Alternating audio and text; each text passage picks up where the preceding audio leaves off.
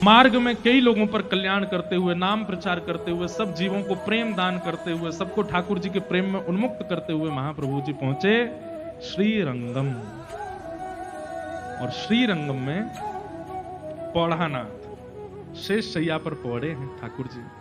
लेकिन महाप्रभु जी की एक बात, वह तो वो कृष्ण अंदर से कृष्ण है, हृदय श्री राधा रानी का है, लेकिन वो जब जब अपने किसी विग्रह स्वरूप को देखते हैं वो ये भूल जाते हैं कि ये तो भूले ही बैठे हैं कि मैं परमात्मा हूं, लेकिन जब भी अपने किसी विग्रह का दर्शन करते हैं उनके मन में किशोरी जी का भाव प्रकट हो जाता है और भुजा उठा करके खूब नृत्य करते हैं। आज जैसे ही आप श्रीरंगम पहुंचे, वहां पर पौढ़ानाथ श्रीमन नारायण भगवान पौड़े हैं, शेष शैया पर जैसे ही दर्शन किया, दर्शन खुलते ही आप उछल उछल करके वहीं नृत्य करने लगे, आनंद करने लगे। इतने आनंदित क्यों हो रहे हैं?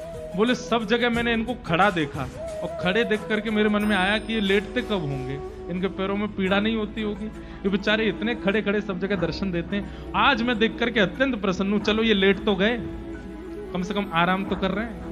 और ये देख करके तो और आनंदित हो गए कि चरण दबा रही है लक्ष्मी। आहा, ये बात, यहाँ के दर्शन बहुत अच्छे लगे, कम से कम आराम तो कर रहे हैं ठाकुर जी। लेकिन वहां के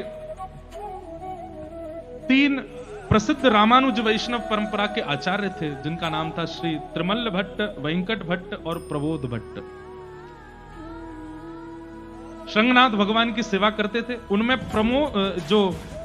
प्रबोध भट्ट थे, ये सन्यास लेकर के काशी चले गए। यही कालांतर में इनका नाम प्रकाशानंद हुआ, जिनको महाप्रभु जी ने काशी में जाकर के षड्भुज रूप में दर्शन दिए और फिर यही प्रकाशानंद प्रबोधानंद बनकर के वृंदावन गए और वृंदावन जाकर के श्री वृंदावन महामृत नामक ग्रंथ आपने लिखा। वो कथा हमने गोवर्धन में सुनाई थी कुछ महीने पहले, गिरिराज जी में कथा हुई थी, वहां पर प्रबोधानंद जी की कथा सुनाई थी। आज नहीं कहेंगे, बहुत लंबी कथा है। तो त्रिमल्ल भट्ट और वेंकट भट्ट, तो वेंकट भट्ट जी इस समय आरती कर रहे थे रंगनाथ भगवान की, और जैसे ही आरती करते हुए आपने पीछे दर्शनार्थियों की ओर देखा, तभी देखते हैं कि महाप्रभु जी खूब जोर से नृत्य कर रहे थे। दर्शन करके रूप माधुरी देख करके आनंद तो हुआ, और उनको देखने के बाद जब पुनः देखा तो क्या देखते हैं कि शेषनाग पर ठाकुर जी भी खड़े होकर के वैसे ही नृत्य कर रहे हैं, जैसे बाहर महाप्रभु जी कर रहे हैं वैसे ठाकुर जी भी नृत्य कर रहे हैं। आपने भीतर देखा और भीतर ठाकुर जी को नृत्य करते देख पुनः बाहर देखा, तो पुनः बाहर देखते क्या देखा कि गौर हरि अंतर ध्यान, वो भीतर वाले ठाकुर जी बाहर नृत्य कर रहे हैं। बाहर पहुंच गए और फिर दोबारा भीतर देखा तो सब सामान्य होगा, फिर से पौड़ गए, बाहर चेतन महाप्रभु रह गए। ये एक क्षण का आवेश दर्शन आपको हुआ, आप समझ गए कि ये सामान्य नहीं, ये कोई महापुरुष है। महाप्रभु जी एक खंभ से सिर लगा करके वहीं रुदन कर रहे हैं, बैठे हैं आनंद से। तभी मंदिर बंद करके श्री वेंकट भट्ट जी आए और बोले, हे महाप्रभु आप कहां से आए? तो बताया हम बंगाल से आए हैं आदि आदि। बोले अच्छा, आप मेरे घर चलिए, हमारे यहाँ संत निवास है, वहीं रहिएगा और वहीं प्रसाद आदि ग्रहण कर लीजिएगा। बोले ठीक है। वेंकट भट्ट जी के साथ महाप्रभु चैतन्य महाप्रभु गए और आपके घर पर जाकर के आपने निवास किया, प्रसाद आदि पाया, खूब आनंदित हुए। थोड़ी देर सत्संग भी हुआ, सब लोगों ने सुना। अगले दिन उठ करके जैसे ही महाप्रभु जी बोले अब हमको आगे की यात्रा पर जाना है, तो वेंकट भट्ट जी हंसने लगे। महाप्रभु जी बोले आप हंस क्यों रहे हैं? बोले आपको पता है आज क्या है? बोले क्या है? बोले चातुर्मास का पहला दिन है, चातुर्मास प्रारंभ हो गया है, अब आप नहीं जा सकते यहां से, अब आपको 4 महीने यहीं रहना पड़ेगा। महाप्रभु जी बोले वाह रे, रंगनाथ भगवान की लीला है, ऐसे समय पर लाकर के हमको अपनी नगरी में बुलाया कि हम जा ही नहीं पाएंगे, हम तो भूल ही गए थे कि आज से चातुर्मास शुरू है। बोले भगवान छल पूर्वक की सही में इसलिए लेके आया था, आपको पता ना रहे, आपको याद ना रहे, आप भाव में ही रहो ताकि चातुर्मास का पहला दिन शुरू हो जाए, ताकि 4 महीने पर यहीं डटो। बोले अब ठीक है, रंगनाथ भगवान जैसा चाहते वैसा होगा। वेंकट भट्ट जी बड़े प्रसन्न किए, महापुरुष हमारे यहाँ रुकेंगे। तभी आपने अपने पूरे परिवारी जनों को बुलाया, सब प्रणाम करो, सब आकर के प्रणाम करने लगे। तभी देखते हैं नन्हा सा बालक एक आया, महाप्रभु जी के जैसे समीप आए, महाप्रभु जी ने उठा के गोद में उठा, क्या नाम है तुम्हारा? मेरा नाम गोपाल भट्ट। आहा, श्री राधा रमण लाल जी को प्रकट करे वाले श्री गोपाल भट्ट मिले हैं। अब पता चली कि ये रंगनाथ प्रभु ने पूरी लीला इसलिए करी थी कि वृंदावन में राधा रमण जी प्रकट कराने हैं और 4 महीना यहां पर गोपाल भट्ट जी को ज्ञान प्रदान करवाना है। गोपाल भट्ट जी छोटे से हैं। वेंकट भट्ट जी बोले मैं तो मंदिर में बहुत व्यस्त रहता हूं। महाप्रभु जी बोले हमको आवश्यकता नहीं, हम अपने आप अपनी सब क्रिया कर लेंगे। बोले नहीं, ये लाला रहेगा आपके पास, आपको जो आवश्यकता है सब इनसे कहना। महाप्रभु जी ने तो देख लिया था नेत्रों में कि यही हैं जो वृंदावन के प्राण धन को प्रकट करेंगे, और इन पर बीज तो बोना पड़ेगा ना इनके अंदर। पूरे दिन महाप्रभु जी के साथ में रहते गोपाल भट्ट जी, छोटे से बालक।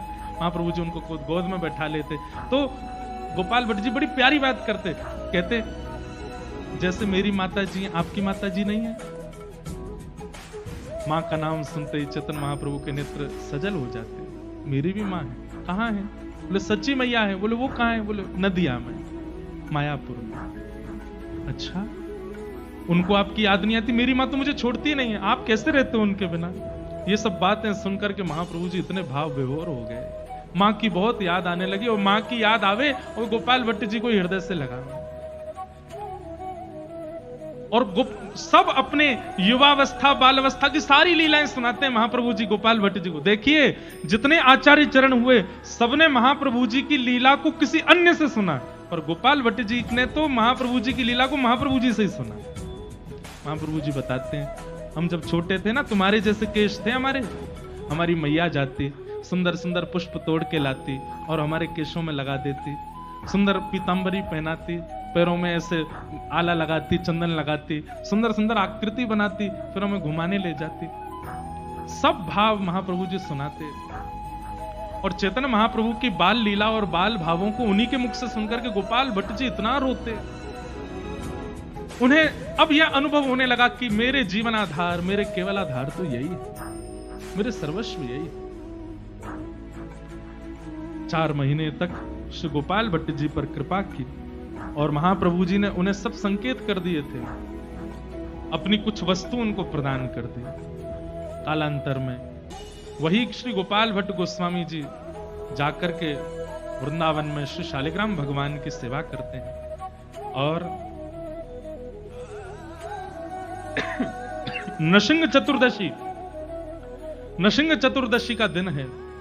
कथा सुन रहे हैं कि प्रहलाद की हृदय की वेदना के कारण, हिरण्यकश्यपु के पाप के कारण ठाकुर जी स्तंभ भेदन करके नृसिंह बन करके प्रकट हो गए।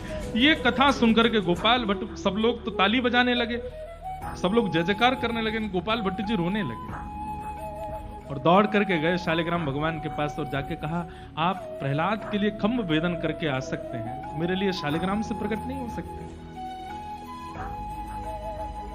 और महाप्रभु जी की कृपा, संत चरणों का आशीर्वाद, गोपाल भट्ट जी का हृदय का प्रेम, नृसिंह चतुर्दशी के ठीक अगले दिन पूर्णिमा जैसे प्रारंभ हुई, श्री राधा रमण लाल शालिग्राम से प्रकट हो गए और वृंदावन के प्राण धन का जन्म हुआ, प्राकट्य हुआ।